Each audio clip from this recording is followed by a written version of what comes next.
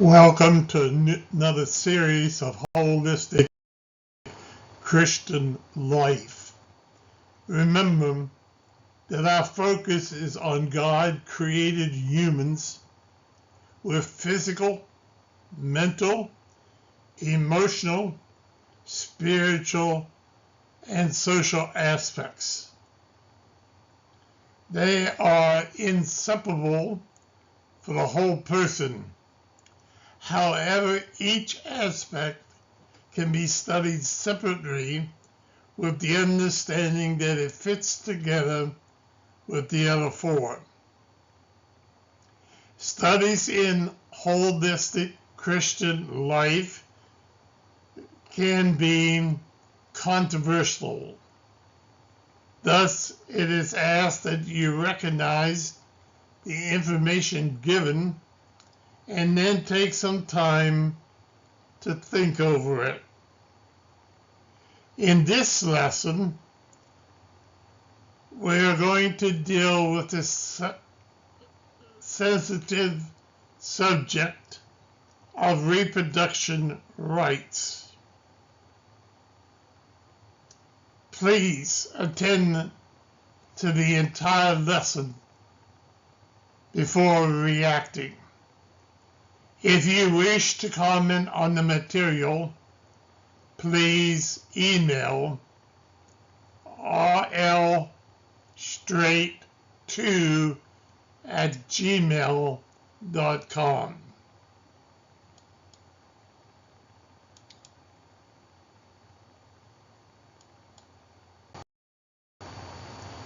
What is abortion? Well, in reality, abortion is actually an ethical issue. That is what the individual believes in their worldview or in their belief system, whether abortion is right or wrong. In another sense, abortion is a medical issue between the woman and the medical team. In cases of rape and incest, abortion has a personal, legal, ethical issue which are not solved by government decisions. Even one rape is too many. In 2022, the last statistics I could find, there were over 133,000 reported cases of rape in the United States. This figure also included attempts and assaults to commit rape.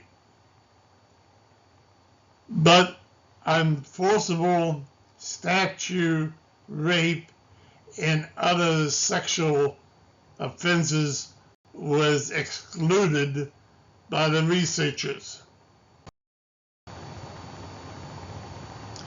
Even one incest victim is too many. Between 1980 and 2022, about 15% of the families in the United States reported to have had an event of incest in the family, while about 46% of rape victims who were children were raped by somebody in their own family. Only about 20% of the incest victims are reported to law enforcement as crimes.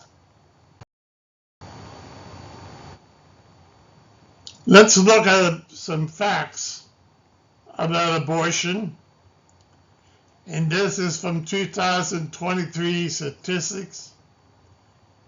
To be precise, researchers estimate that 1,026,700 abortions occurred. Notice it says estimate because the reporting system has many loopholes in it and many different systems. In this, 1% of the women obtain an abortion because she became pregnant through rape. Leave that set in for a moment. Less than 0.5% had abortion because of incest. This is according to the Gunmaker Institute. Abortion due to women's life endangerment, according to the Cosmetic Institute, really didn't have much statistics on it.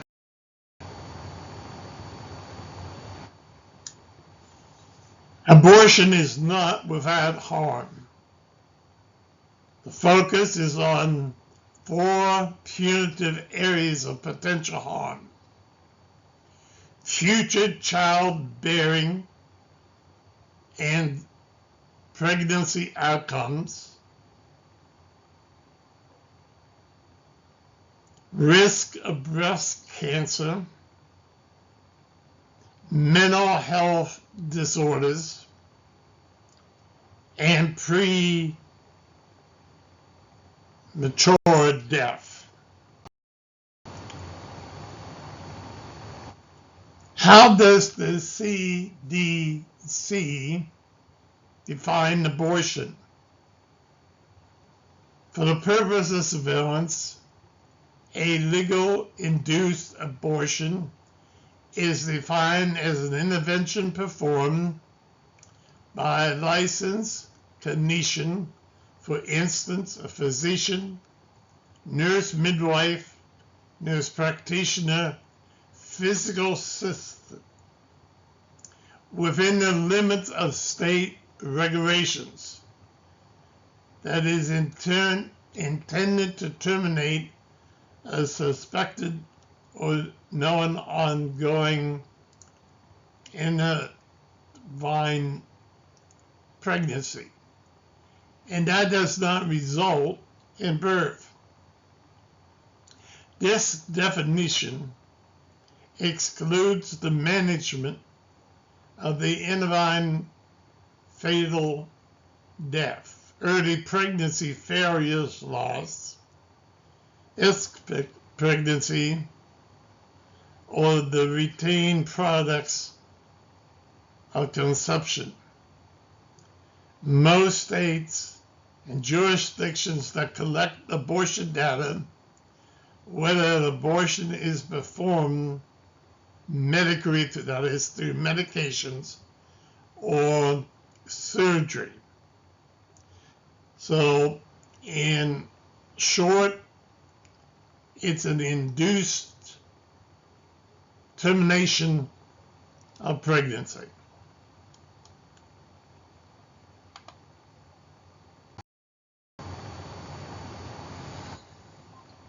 American College of Pediatricians says that the predominance of human biological research confirms that human life begins at conception, that's fertilization. At fertilization, the human being emerges as a whole, genetically distant individual, zooic, living human organism, a member of the species of Homo sapiens, needing only the proper environment in order to grow and develop. The difference between the individual in its adult stage is in its zoic stage. It is one of form, not nature. This statement focuses on the scientific evidence of when individual human life begins. And notice that this college, American College of Pediatricians, is a secular organization for the promotion of good care to children.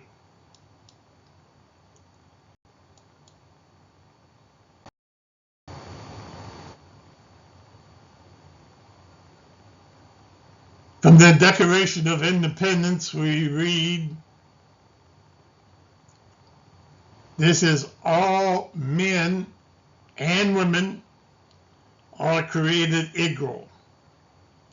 We hold these truths to be self-evident, that all men are created equal, that they are endowed by their Creator with certain unalienable rights, that among these are life, liberty, and the pursuit of happiness. That is to secure the rights governments are instituted among men, provided their just powers from the consent of the governed." Notice a couple of things. That the American College of Pediatrics says basically when there's a heartbeat, there's a human being. When it has come together, the sperm and the egg has come together in the zygote, it's a human being. At that point, whether you like it or not, the Declaration of Independence says that that little person inside of a mother's womb has the same rights, the same inalienable rights of life, liberty, and the pursuit of happiness. The World Health Organization defines reproduction rights as reproduction rights rest on the recognition of the basic rights of all couples and individuals to decide freely and responsibly the number, spacing, and timing of their children, and to have the information and means to do so, and the right to obtain the highest standard of sexual and reproductive health. They also include the right of all to make decisions according to concerning reproduction free of discrimination, coherence, or violence. Simply, the World Health Organization says that reproductive rights is that the man and woman has medical care, physical care, that they can reproduce. They can't be not denied this, according to this statement, and that it is that their responsibility as a man and woman to determine the number, spacing, and timing of children.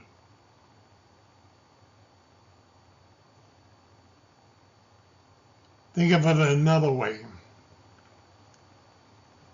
When you have sexual intercourse between a man and woman, pregnancy may occur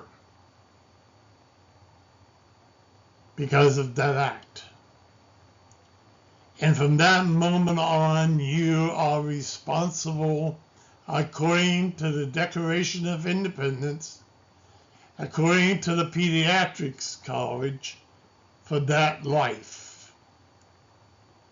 Whether that life is aborted or is permitted to full term and grow into a child and on into adulthood,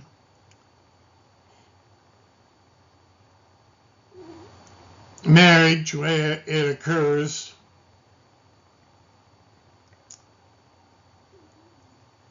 there's a couple of thoughts on it. One is it's a covenant relationship between the man, the woman, and God. The other one is that it's a contract between man, woman, and a state. That one can actually be dissolved by a judge, but the covenant can't be. But even if a marriage is dissolved, the rights to take care and the responsibility to take care of that child is not resolved. Therefore, we need to be responsible individuals in our sexual behavior.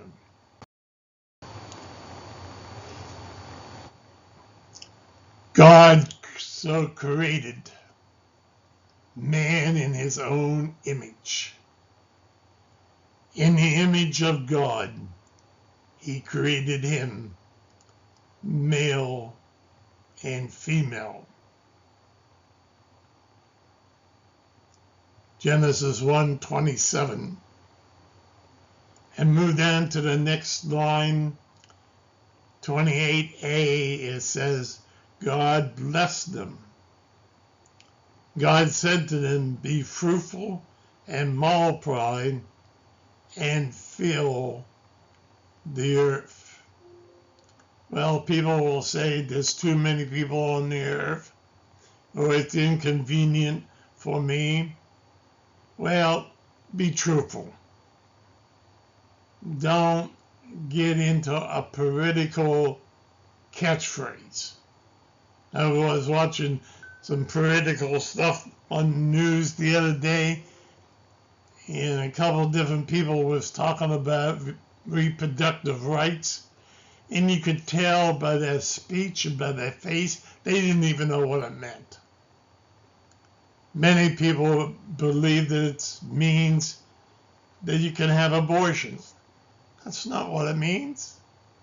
We saw where it says, the World Health Organization says that the rights is not to be restricted, except as we believe in the Christian world, by marriage to one man and to one woman, but otherwise it's not to be restricted, and we should have the health to have sexual relations and to create pregnancies. But that doesn't give us the right to end that. Oh, Richard, you just way off today. Well, I might be way off, and you might be very mad at me, but that's okay. I'd stop using phrases that we don't know what they mean, or just for political gain of power, or for a vote, or to give a vote. Let's be serious and sit down with this information and think about it and stand for what is right.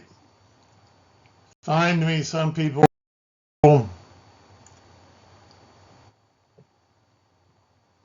doesn't believe these next two, but they're very important in our discussion. forever, O Lord. Your word is firmly fixed in the heavens. Psalm 119:89. He commanded us to be fruitful and multiply, to love and to care in a family unit, man and his wife. Well, I don't believe that. I don't believe anything about God, you might say. Well, he also has a word about that. In Psalm 14:1, it says, the fool says in his heart, there is no God. They are corrupt. They do abominable deeds. There is none who is good.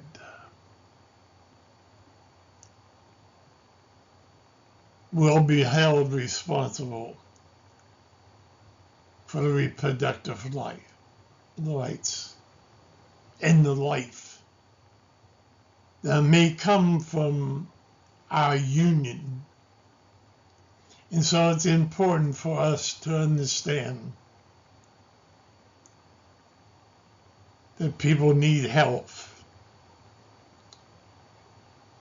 And we need to do things for health, and there are times that we're sick and need surgery. That's medically between you and your physicians. But here's a thought. If you have a bad kidney, it can be cured by medicine.